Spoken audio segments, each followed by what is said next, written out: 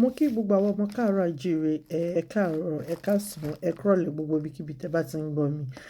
A kú ọ̀sẹ̀ Ọbàtálá, a kú ọ̀sẹ̀ Ọ̀rúnmìlà, a dẹ̀ kú ọ̀sẹ̀ Iyemọja, a kú ọ̀sẹ̀ àwọn ìbejì, ẹ̀yin ìbejì ẹ̀jìrẹ́ ará ìṣokùn, ẹ̀dùn gbalaja lórí igi, ọ̀kan bábí èjì ló wọlé tọ̀ mí, mo kí yín o. Torí ẹ̀gbọ́n ìbejì ni èmi, àbúrò ìbejì náà ni mí, èmi mo wà láàrin wọn, so ẹ jẹ́ n kí àwọn ìbejì mi o. Nǹkan tí mo mú wá fún wa láàárọ̀ òun ni community Yoruba Community. Torí pé lẹ́nu mo ń wo àwọn nǹkan kan lórí ayélujára láti bí ijọ́ mẹ́ta, mú kan rẹ́rìn ni. Kí ni nǹkan tó mú Yoruba Community wá? Number one, a lè ní narrative tí a ò bá mọ ara wa, tí a ò bá mọ ìtàn wa, a ò lè ní narrative. Tí a ò bá wá ní intellectual knowledge nípa ìṣẹ̀ṣe wa, ẹ má bínú pa òyìnbó mi á pọ̀ díẹ̀ láàárọ̀. A gbọ́dọ̀ ní intellectual knowledge nípa ìṣẹ̀ṣe wa, a ò lè sọ ìtàn wa. Ọ̀pọ̀lọpọ̀ àwọn èèyàn náà fọ́n sáyẹ orí ayélujára náà ń sọ ìtàn. Yorùbá wá láti Mẹ́kà, amúrúdùn kan ló bí Yorùbá kan, migration ló fa kinní kan. Ẹ jẹ́ kí wọ́n mú proof jáde fún wa, nítorí wípé ará àta ń sọ ìtàn wa wípé ilẹ̀ káàárọ̀ oòjíire àwa nìkan ni a ní DNA wa ló yàtọ̀ sí gbogbo DNA. Àwa ni ó dàbí a jẹ́ first race of human being nílé ayé. Àwọn ọmọ tó wá jẹ́ àwọn ọmọ káàárọ̀, àwọn ọmọ tó jẹ́ àwọn ọmọ Nàìjíríà, wọ́n wá ń sọ ìtànkítàn. Wọ́n ní ẹni bá fẹ́ sọ̀tàn kítàn ó fẹ́ jogún kógún ni.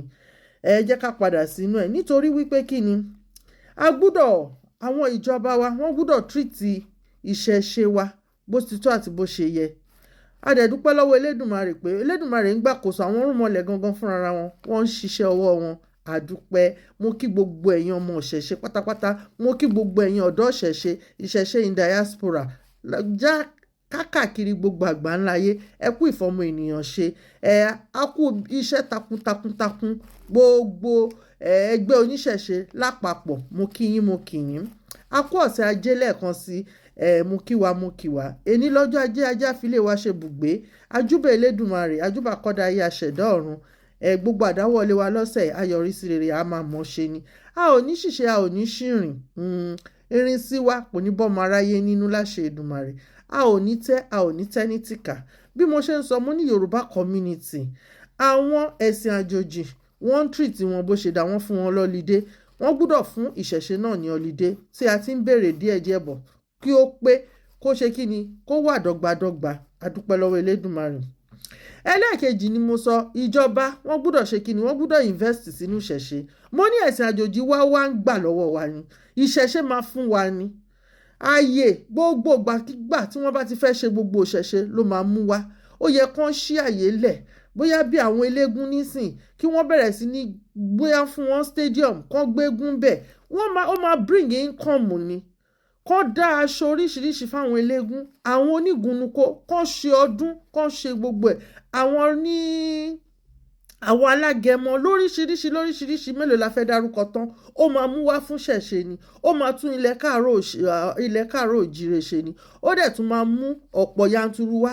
Irú tó bá ṣe égún yẹn sí stadium sí tí wọ́n televise ẹ̀, ọ̀pọ̀lọpọ̀ àwọn ènìyàn náà máa wá, wọ́n á wá.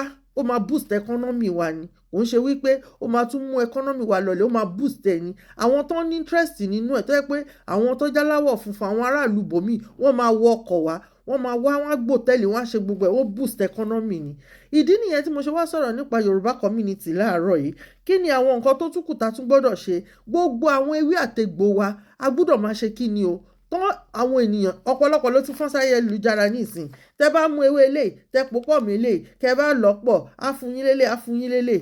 Ẹ jẹ́ kí ìjọba kan sponsor ẹ̀, kán wọn láyé ìgbà àwọn baba ńlá tiwa, ní ìgbà àwọn baba tèmi, wọ́n ní ẹgbẹ́ àwọn association, wọ́n wà recognized, wọ́n fún wọn certificate, wọ́n dẹ̀ ń ṣe tó yẹ pé wọ́n ní chemist ìṣẹ̀ṣe. A fẹ́ chemist ìṣẹ̀ṣe nísìn, ẹ̀yin bàbá wa nù ìṣẹ̀ṣe, Elédùmarè á fún yín ṣe. Ní ṣe lásán. Ìdí nìyẹn tá fi ń ṣe ìṣẹ̀ṣe community. Torí wípé kí ni, ọ̀pọ̀lọpọ̀ ló ti sáwọnú ìṣẹ̀ṣe nísìn. Wọn wá láti wá tún ṣe o, wọ́n wá láti wá bá ìṣẹ̀ṣe jẹ́ ni. Àmọ́ àwọn gbarúmọlẹ̀ wọ́n fi wọ́n hàn, wọ́n táṣìírí wọn síta. Yoruba Community a need reform ní ilẹ̀ káàárọ̀ oòjíire. olè, ìpànìyàn, ìgbénipa ó ti pọ̀ jù, ìfiniṣògùn owó, ìta ẹran ara ènìyàn ti pọ̀ jù. Bóyá nǹkan tí mo lè sọ fún wa pé ìṣẹ̀ṣe ní iṣẹ́ tó pọ̀ tó fẹ́ ṣe nìyẹn, kó bẹ̀rẹ̀ sí ní ṣe kí ni, béèyàn bá kú ẹ yé wá justice tẹ́ ẹ lè rí káàkiri, wọ́n ń ró òkú, ẹ jẹ́ kó ró òkú ẹ̀, ẹ jẹ́ kó àwọn nǹkan tí ìṣẹ̀ṣe capable láti ṣe ó pọ̀. Àwọn èèyàn believe pé ẹbọ àtètùtù nìkan lẹbọ ní ìṣẹ̀ṣe ń ṣe. Geography ó wà nínú ìṣẹ̀ṣe, science ó wà nínú ìṣẹ̀ṣe, spirituality wa òun ni the highest all over the world. Gbogbo ayé ń respect spirituality wa, kódà àwọn òyìnbó tún gbówó lẹ̀ wọ́n fẹ́ mọ àṣírí spirituality ilẹ̀ káàárọ̀ òjìrè. Àmọ́ kí ni reason tí àwa ta ní nǹkan a ò wà innovative pẹ̀lú ẹ̀? Ìṣẹ̀ṣe ó wà, economy wà nínú ẹ̀, kò sí gbogbo nǹkan tẹ́ fẹ́ nínú ẹ̀ tẹ́ ẹ̀ ní sí knowledge, gbogbo knowledge ayérayé ó wà nínú ìṣẹ̀ṣe, but because a ò exploit ẹ̀, a ò lò bó ṣe yẹ ká lò, òun ló ṣe dàbí ẹni pé ó rí bó ṣe rí.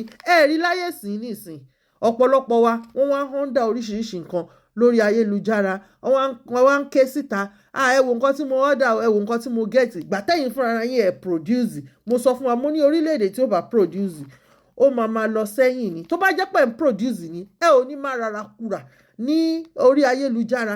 Àwọn ará bíi wọ́n boost economy wọn ni, ẹ kúkú mọ ṣọ́ọ̀bù wọn, ẹ ò mọ̀ sọ wọn, orí line ni, orí ayélujára ni, ẹ dẹ̀ lè bá fún yín phone number tó bá change number nǹkan. So tẹ bá order nǹkan tẹ bá get nǹkan yẹn kò ń ṣẹjọ́ anybody, ẹ yé wá pariwo sí wa létí o. Ẹ ti mọ̀ wípé ìran àwọn China olè ni wọ́n, ìran wọn kò ń ṣe, wọn ò ní mú nǹkan tó dá wá fún yín. Ohun tó máa bàyàn lọ́kàn jẹ́, tó máa bàyàn nú jẹ́ náà máa mú wá fún yín. Àmọ́ tó bá máa mú wá fún wọn bí, nítorí pé ìlú yìí ní àwọn ìlú òyìnbó tó kù wọ́n ní control, ilẹ̀ káàárọ̀ òjìrì ò ní control anything náà ń kó wọlé. Àwọn náà ń ṣe gbogbo ẹ̀, rice oníláìlọ́n, ẹja oníláìlọ́n, ẹyin tó yẹ pé